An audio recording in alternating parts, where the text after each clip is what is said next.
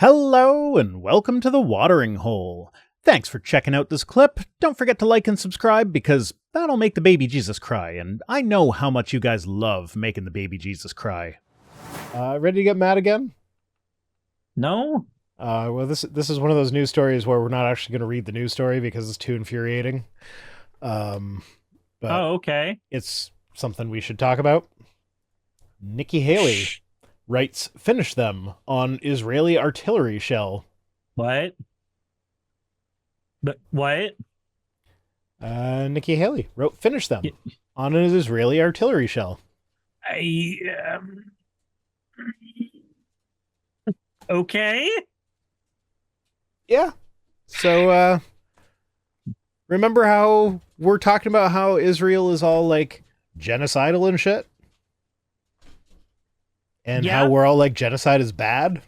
Yeah, she's just like, she's just like, genocide good, finish actually. Them. I'm okay with bombing children. With this, like, the bomb that she wrote "finish them" on is probably going to kill children. Yeah, statistically, because Israel's fucking attacked Rafah. They're just like, hey, look at this camp of places that you need to go to stay alive. It's not safe anymore. We're bombing it. Yeah, no. So, yeah, this is where I don't want to read the article because the article is depressing. But, like, just keep in mind. Unfortunately, we're already here. No, keep in mind, Nikki Haley is the former UN ambassador. She was the former ambassador to the United Nations from the United States. She is basically the watered down version of Trump. She was also the governor of South Carolina. Yeah, but my point is, like, she's watered down Trump. So keep in mind, watered down Trump is actively writing "finish them" on bombs used to kill children. So, like, what is actual Trump going to do? So, like, this is one of those things where, like, people saying Joe Biden is genocide Joe, so a vote for Joe Biden is a vote for genocide. It's like, okay, but a vote not for Joe Biden effectively works in Trump's favor. It might not be a vote for Trump, but it works in Trump's favor. And this is, like, watered down Trump is actively over there signing bombs. So, yeah, no, like, Joe Biden has been putting pressure on Israel to stop doing genocidal shit. Sure, he hasn't gone anywhere near far enough. But you think the guy that moved the embassy from Tel Aviv to Jerusalem is going to be better? Absolutely not. And, like, yeah. Like, the people that are saying, "Oh, I'm not going to vote for anyone because I can't vote for genocide." It's effectively voting for genocide, though. Like, someone is going to be in charge of the United States, and that someone is going to be either Joe Biden or Donald Trump. One of them is way more genocidal than the other. One of them smoke bombed our own people so that he could do a fucking photo shoot at a church holding a Bible upside down. Yeah. One of these people is more responsible than the other. Yeah. So, like, if you are actually anti-genocide, maybe vote for the guy who is actually trying to put pressure on Israel to be less genocidal. Like, yeah, like I said, he's not going anywhere near far enough. He needs to do better. Absolutely. 100%. I agree with you on that. And there are people who are going to say, well, he's only doing that because of pressure from lefties. Yes. And at that point you go, yeah, okay, you're right. You know who's not going to have any pressure from lefties at all? Trump. And do you know, okay, so, like, people are saying, "Oh, if I don't vote, that's sending a message that I'm not willing to support him." No, like, okay, you know what? You know who politicians try to appease? People who go out to vote. You know who politicians don't give a fuck about appeasing? People who don't vote. So if you don't vote, what you're sending the message to them is that they don't need to worry about what you want because you're not going to vote. Like, you've got to remember that as far as politicians are concerned, there is no difference between a United States with a population of 150,000 and a population of 150,000 voters.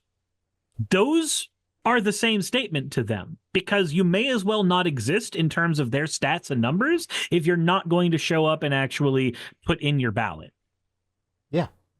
So, yeah, if you're not going to vote, then they're not going to try and appeal to you. So if you actually do get out and vote, so this is what I've been saying, is you send your message in the primary by voting for the most progressive candidate, or in the case, I think it was Michigan that did this, where they actually, like, a bunch of people organized a thing where they went out and voted, like registered as not voting specifically, and that was explicitly, and it was a massive movement, and it was explicitly to get Joe Biden to put pressure on Israel to not be genocidal, and that worked. He changed his position after that happened, because the people who were going out to vote made their opinions known, and so he changed things so that he could appeal to the voters. But like, if you just stay home, that doesn't you're not a send voter the same anymore. message. You're not a voter. He doesn't need to appeal to you. So, like, yeah, no, not voting for Joe Biden is effectively letting Donald Trump take over, where he is going to be worse for Israel than, or worse for Israel. No, he's going to be better for Israel. He's going to be worse on the issue of genocide.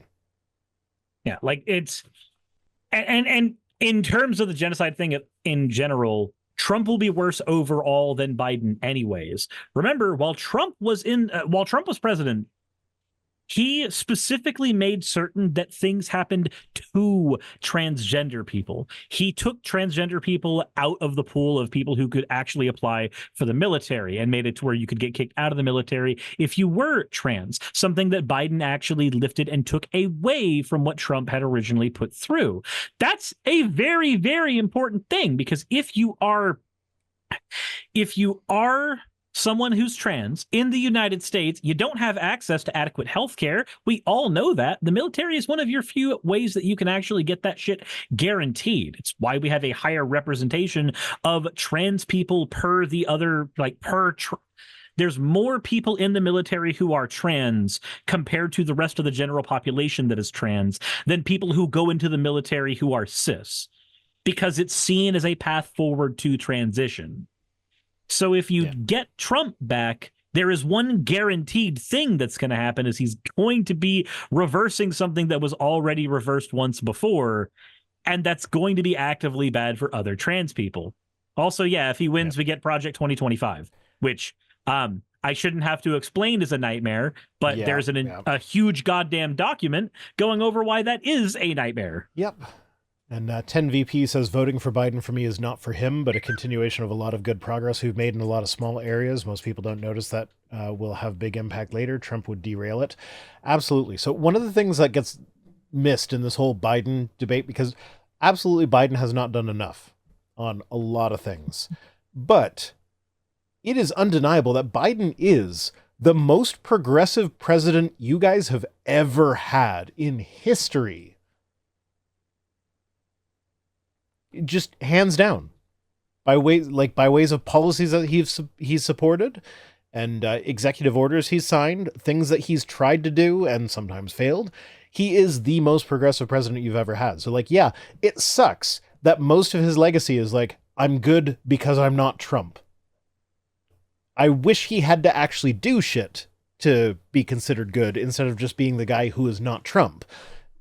But the fact of the matter is that he has done shit, and he has supported shit that would not have happened under previous administrations. He unfortunately gets the label of, he unfortunately gets to have the label of Genocide Joe, because he just happens to be the president who took power during the October 7th stuff. And that's the thing. Like, as the president of the United States, doesn't matter what party you're with, it would be political suicide to actually not support Israel.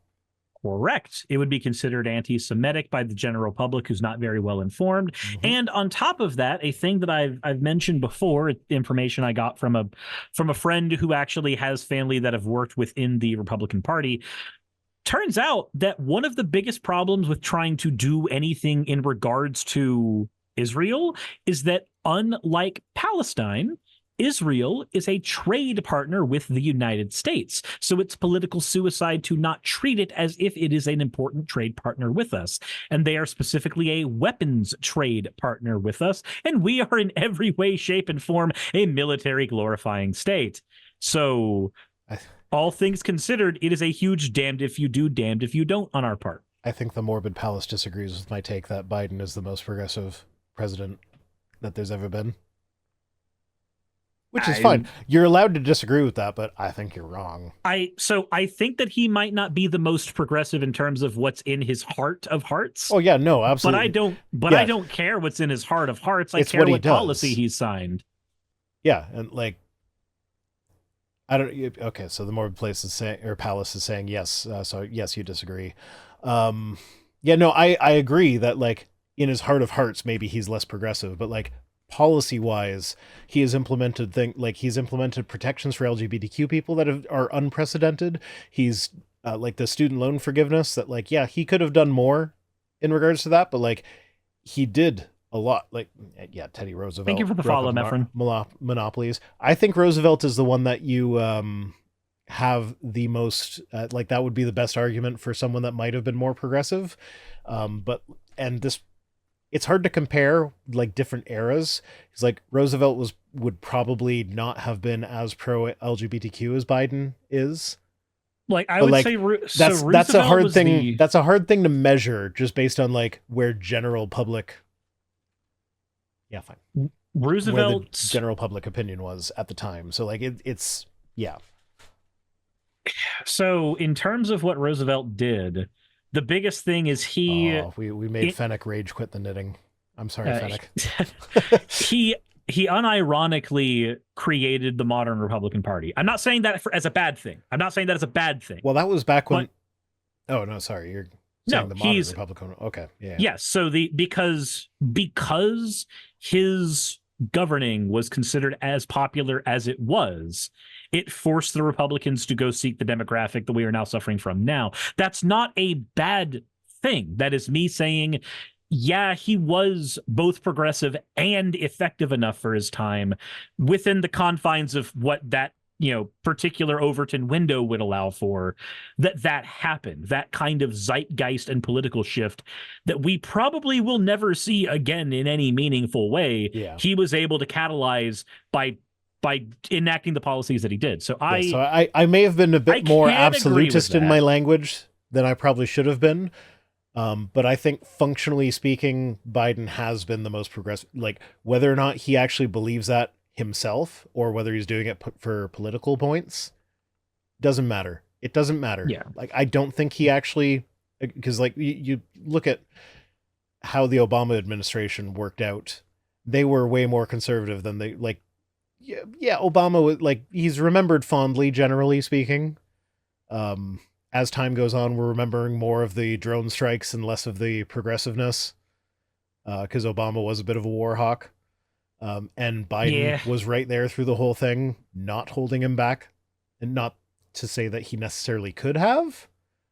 But like he wasn't exactly vocal about being progressive to it. Yeah, he wasn't exactly vocal about being all progressive back then. So like I think, and yeah, you look at like his history in the Senate and or in Congress or whatever.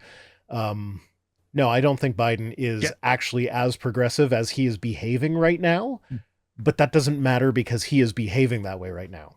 Jassa says, isn't Reagan the big face of the modern day Republican Party? Yes, but so you are correct that Reagan is the modern face of the Republican Party, but the shift that caused the Republican Party as we know it to exist was the Southern strategy, and the Southern strategy happened in large part due to a response to what FDR was doing, to his policies. The Southern strategy basically had to happen because if it did not happen, there was going to be no opposition to the now culturally shifted Democrats. The Republicans would not have a platform to stand on anymore. Oh yeah, I forgot to mention this story was sent to me by Katini, who I saw in the chat earlier, but I'm not sure if they're still around. Hopefully they are because their story made it in.